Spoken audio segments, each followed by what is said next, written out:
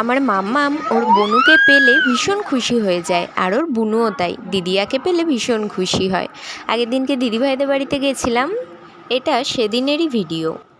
তোমার পিঙ্কি কই? মাম্মাম তোমার পিঙ্কি কই? ওইটা, ওই বাবা, তুই টাটা করো তো, তুই হাই করো, হাই। বাবা, আমার এই পাকুমাটা আমাকে ভীষণ ভালোবাসে জানো।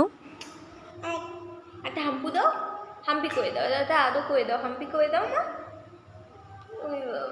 আমার তো ওকে ছেড়ে বাড়ি চলে আসতেই ইচ্ছে করে না, আর এখন আমার মাম্মামটাও ওরকম হয়েছে। ও বনুদের বাড়িতে গেলে আর বাড়িই আসতে চায় না। আর আমরা যখন রেডি হয়ে চলে আসি তখন ওরও মনটা ভীষণ খারাপ হয়ে যায়।